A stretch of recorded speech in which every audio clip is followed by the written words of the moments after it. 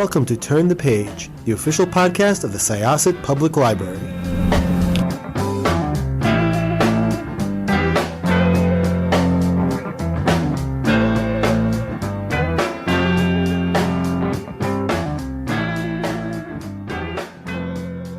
Hello, everyone, and welcome to Turn the Page.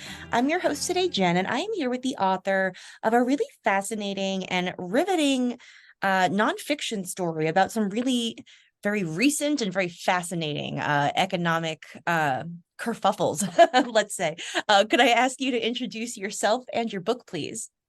Hi, Jen. My name is Richard Bailey, and I wrote a book called Pirate Cove, and it's the story of a fraud that took place partially out on Long Island at one of the wineries that I stumbled upon after I was hired by a private equity firm in the city after I was hired to take it over and fix it. So that's the story. It came out last week. So Congratulations on the release. Thank you. You're welcome. And usually I start interviews with a question about the author's career and their journey to the book. But for you, that's kind of the same story. So if you could talk a little bit about, your career and sort of like how you found yourself in the position to write this book, let's say. Sure. I've spent the last 35 years essentially working for various companies, taking over a lot of private equity companies, stepping in and providing interim management to turn them around. When these companies that the private equity companies or a corporate, in one case, corporate owner, they weren't satisfied with the performance of the company, they hired turnaround guys. And that's basically, the moniker for someone like me. Mm-hmm. I was actually sitting home, unemployed, in between gigs, however you want to put it, when I got a call from a friend of mine, a very close friend of mine, who had joined this private equity firm in New York called Southport Lane. And he initially asked me if I'd be willing to go down and spend a week in northern New Jersey evaluating a potential investment that the private equity firm was going to make. I said, sure. Yeah, I wasn't doing anything. And so I went down to New Jersey, and the place was a horror show. I mean, it was a family-run company. It's actually doing very well now. Let me correct myself. It was a family-owned company and things like that. And I essentially, they didn't want to talk to me. They were, really kind of hostile. And so I essentially went to the private equity firm after I spent the week at this company. And, the first time I ever met him, Alexander Burns, sits there, and he's a 26-year-old kid managing $1 billion. I mean, in and of itself, that was odd. But, sitting there and says to me, should I buy this company? I said, no, you're going to lose all your money. And, he actually, I think, liked the fact that I was so candid with him, because he was kind of surrounded by a lot of, guys who were, I wouldn't exactly call them the A team of private equity and finance. So he liked the fact that I basically hit him with that.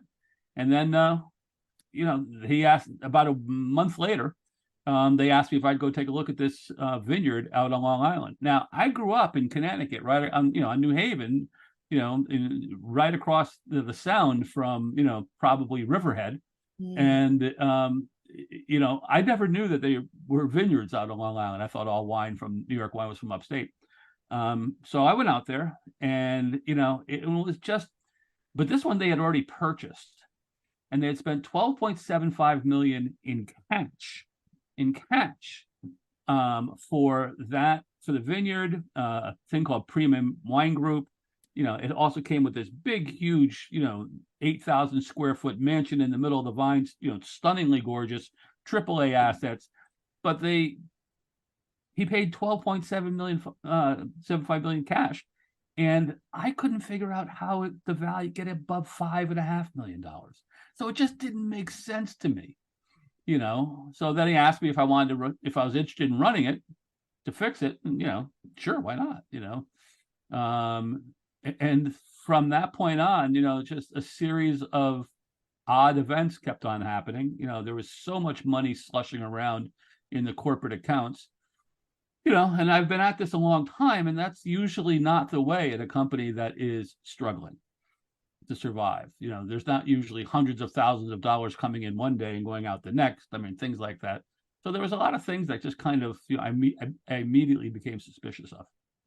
Yeah, it is it's really fascinating how you write the story. And I want to ask you about that choice because it has like a kind of blended style for me. Like it's a little journalistic, it's a little memoir-y, but it also like occasionally has like the pacing and the tone of like a noir. Is that something that you were thinking Oh, of while thank you were you. writing it? Well, it's interesting that you say this because I just wrote a piece this past weekend for Writer's Digest. They wanted to know how, it was writing about a stressful time in my life. And I started it off with, I wrote the story angry because, after all was said and done, when I started writing, I had left the company. The company had been sold. And, they were the new owners were perfectly entitled to bring in a new CEO. I didn't have an issue with that.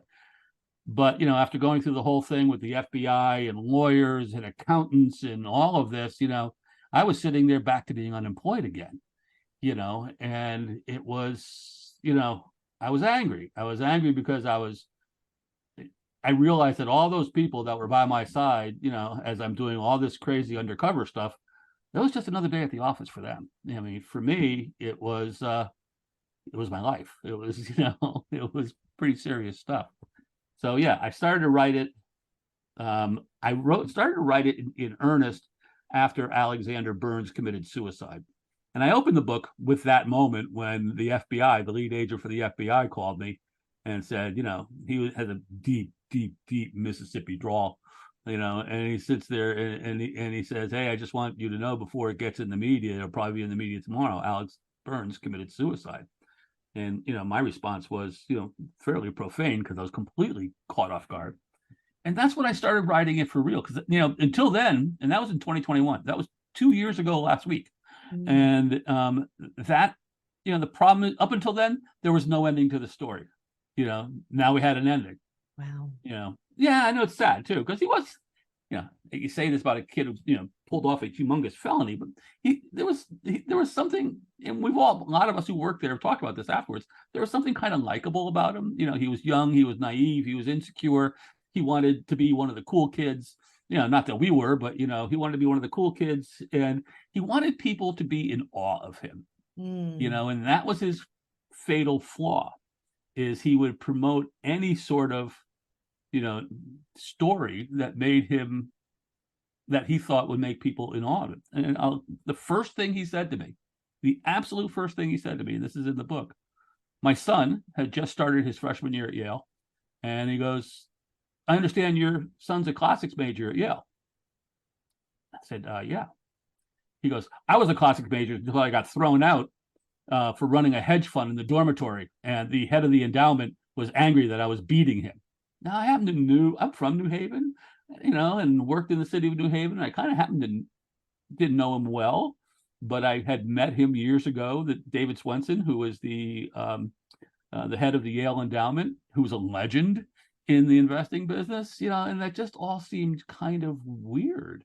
And I remember sitting there, and after he kind of, hits me in the head with the Yale club, I remember thinking to myself, good God, I hope my son doesn't come out like this. Yeah, it's a very nuanced sort of depiction of him because, he obviously made a lot of pretty problematic choices along the way in his life. But he does emerge as like a kind of tragic figure because he does really want people to like him. And he's really deeply insecure that he masks with, I think, a lot of the sort of arrogant Oh, boast. yeah. But this sort of person, like, and the rapid rise and rapid fall of this kind of person seems to be a thing that is like happening a lot in our age. What do you think like draws us to that type of person, like the young sort of wonderkind, who has all the answers and who has done everything at a sort of like unprecedented rate? Like, what do you think draws us to that? Well, that's an incredibly good point, because I've been thinking about writing some more about this actual point. And, if you look at Elizabeth Holmes with Theranos, who's serving 11 or 12 or 13 years now, she basically played the part of young savant, brilliant, the next Steve Jobs, and she played to that, in the black turtlenecks and things like that. You look at, the jury started deliberating today on Sam Bankman-Fried in FTX, and it kind of, and my point of curiosity in this is really sophisticated people like Sequoia Capital, in Sam Bankman-Fried's case, Sequoia Capital, Anthony Scaramucci at Skybridge Capital, really, Tom Brady, all these people, sophisticated people get drawn into these types because, and I suspect, and it's the same thing with Elizabeth Holmes, they think that being younger and brilliant, you're farther ahead of them understanding what the next trend is going to be, and I think Alex Burns tried to portray himself as one of those. Mm-hmm. How much of that do you think has to do with sort of, how ubiquitous social media has become in business? Because part of being a CEO or like a business leader now is also like doing a performance for like either the media or the public or something. And that performance can be super convincing sometimes. And it sounds like with him, it was like that, I think that's another great point. There is a lot of performance when you're the CEO of a large company and that's getting a lot of press. There's a lot of stagecraft, there's a lot of smoke and mirrors when you get to this, and I've seen it up close, and being a CEO, you're agenda driven, you're trying to sell, you're talking to the media, you're talking to your senior advisors, you're talking to your shareholders, you're talking to huge investors, so you're always, trying to, portray this image of, that you're the next big thing. And I think that's what Alex Burns was into. And it's, he didn't do it very well, quite frankly. 7 months, 8 months after I started there, he resigned, and this part's in the book too. He resigned. He just got up and walked out of a meeting. And we never saw him again. And then he checked himself into Bellevue for a day, told his girlfriend that he had a nervous breakdown. And then he went, he was from Westport, Connecticut, and then he went home to his mother's house in Westport, Connecticut. My understanding is he spent some time in a very high-end rehab facility because when I had to clean out the big house in the middle of the vineyard of all his personal things, I was actually named in the document, the separation document between Alex and the firm, and I was named as the one who had to go and collect all his personal effects out of the vineyard. There was a lot of opioids, a lot of drugs like that, and they were all from different doctors in the city. So he went to a rehab facility, and then 6 months after that, he resurfaced again in Charleston, South Carolina. And I've talked to some of the people down there that he met, and he portrayed himself as a retired private equity hedge fund manager. So he went right back to it. It was so ingrained in him, and that's who he wanted to be. That's what he wanted people to see. And it's a sad and tragic psychological portrait. Yeah, yes, it really is. My gosh. So when you were here observing all this, what sort of happened what was it that happened for you or like in you that like prompted you to realize like I have to say something, I need to go outside of this, and because that's a huge, probably a big pressure decision too. Like when do you make that decision to stop observing and sort of make it bigger? Okay, and again, this is a very significant point in the book, in the story. A very good friend of mine, Brad Hoaker, who I do some work with now, we were in a meeting with Brad, Jeff Leach, myself, and Alex Burns. And, Brad is a true private equity person. He's got the perfect background. He was at a huge private equity firm. He's the real deal. And he's also extremely, extremely smart. And Brad has a habit of asking questions that I kind of cringe at, but he just does it. He's got that Midwestern nice approach, and he just does it that way. And we were pitching a deal to Alex to be the investor. Alex had agreed to do it, just committed $15 million on the spot like that, told me that I was in charge of the deal. And Brad sits there, and before Alex leaves, he says, "Alex, just how did you get control of all these insurance companies? And I go, I'm just like, oh, there's the cringe moment. Alex Burns was walking out the door of the conference room, spins on his foot, looks at us with a Cheshire Cat grin, and said, Jesus with a telescope on Mars couldn't figure out how I did it.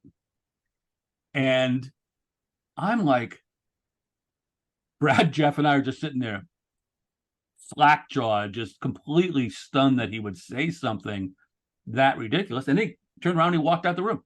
And we literally, this is a story we tell amongst ourselves quite a bit. We literally walked to the elevator, snickering, trying not to laugh, going down the elevator 22 floors at 350 Madison Avenue. And we didn't laugh until we got outside. We must have looked like a bunch of, cackling hyenas because we were laughing so hard. Brad looks at me and goes, listen, be careful. Something is very, very wrong here. And, Jeff was like, yep, something is. At that point, I was hooked. I had to figure it out. I'm regretfully, so it's kind of, I don't know if regretfully is the right word, but it's going to be unfortunate sometimes. I'm the person who has to look under the rock to find out what the bad is. I just have to, and until I do, I can't kind of let the subject go. So after that Jesus with a telescope on Mars moment, that's when I started really kind of digging into it. And then Alex left under the very strange circumstances a few months later. And I was sitting out at the vineyard one night and, because I'm like, where did they get this money? And I did a deep dive. Now, granted, I've got a glass of wine next to me because there's 20,000 cases of wine, at the vineyard. So, I might have had a glass or two while I'm doing this, but I find this thing, this document that Southport had filed with the SEC about the Securities Exchange Commission at the government, and it outlined what they were going to use the money for. Now, they didn't use the money for any of that.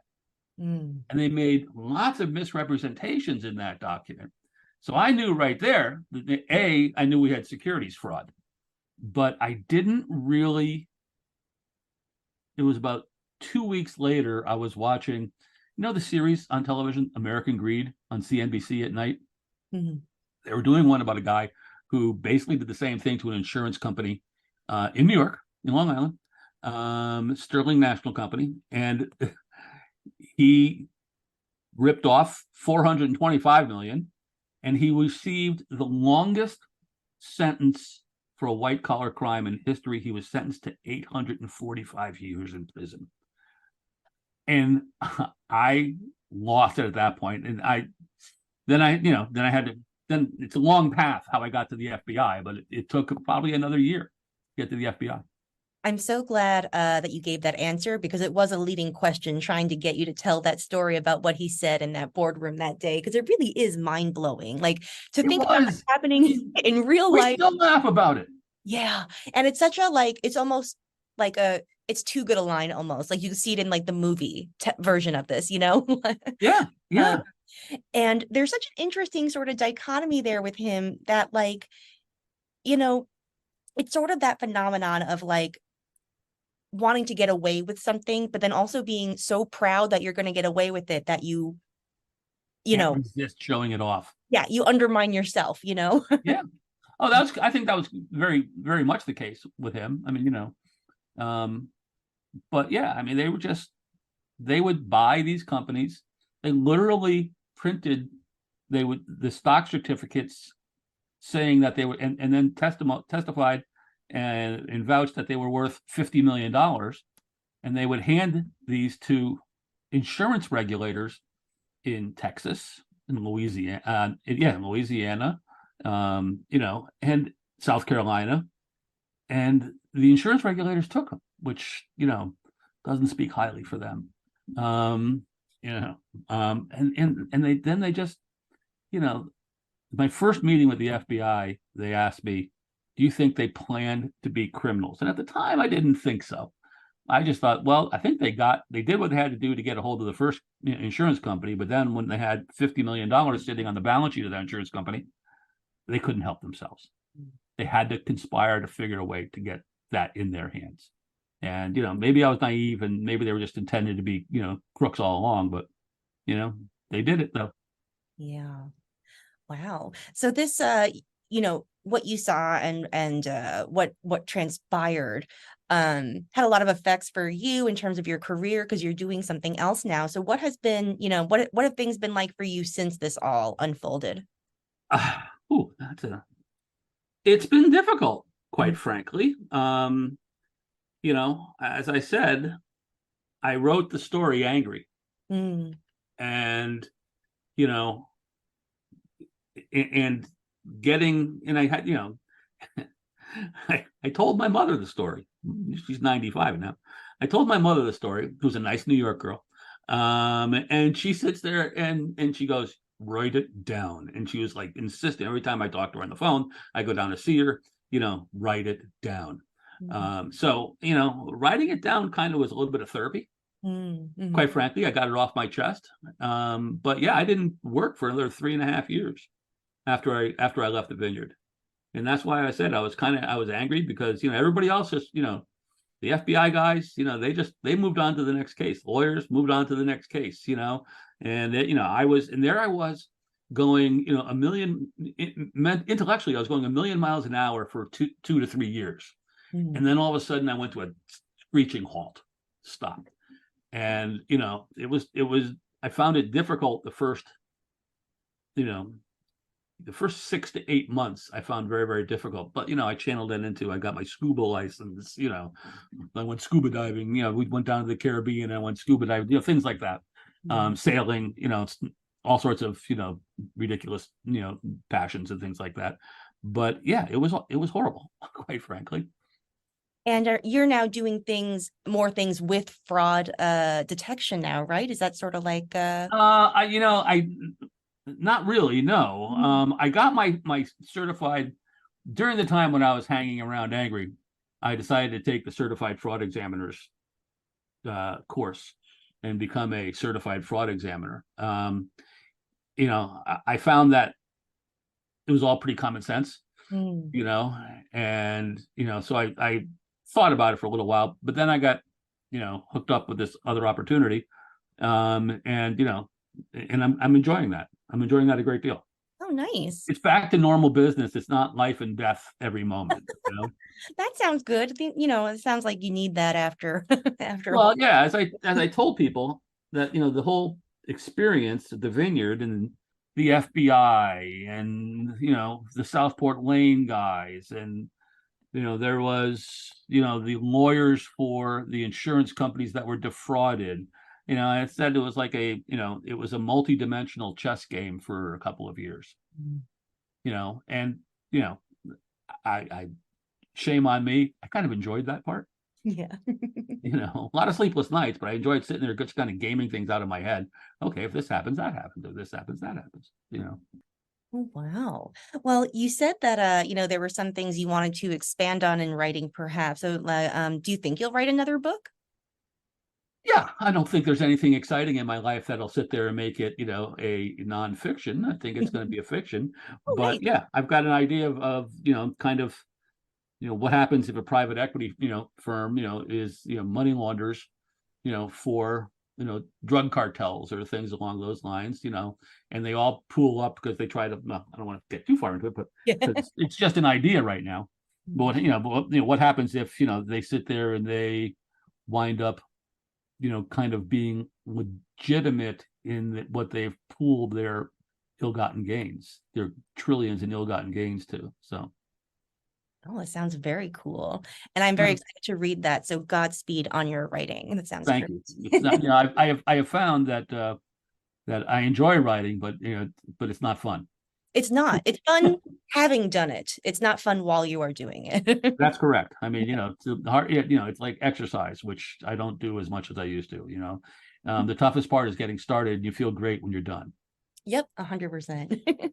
Well, thank you so much for joining us and sharing this book with me. I found it absolutely fascinating, and it was a glimpse into a world that I really don't know a lot about, and it was accessible to me. So I also appreciate that. And a lot of it happened right up the street from you, on the Yes. North Fork.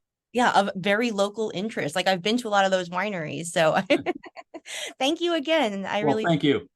No problem. All right, listeners, now it is your turn. You're going to go check out Pirate Cove, an insider's report of the infamous Southport Lane Scandal. It is available right now. So head to your favorite independent bookstore or library, wherever you like to get your books. Thanks so much for joining us. And it is now time to close this chapter. It's time to close this chapter of Turn the Page. Join us for the next episode.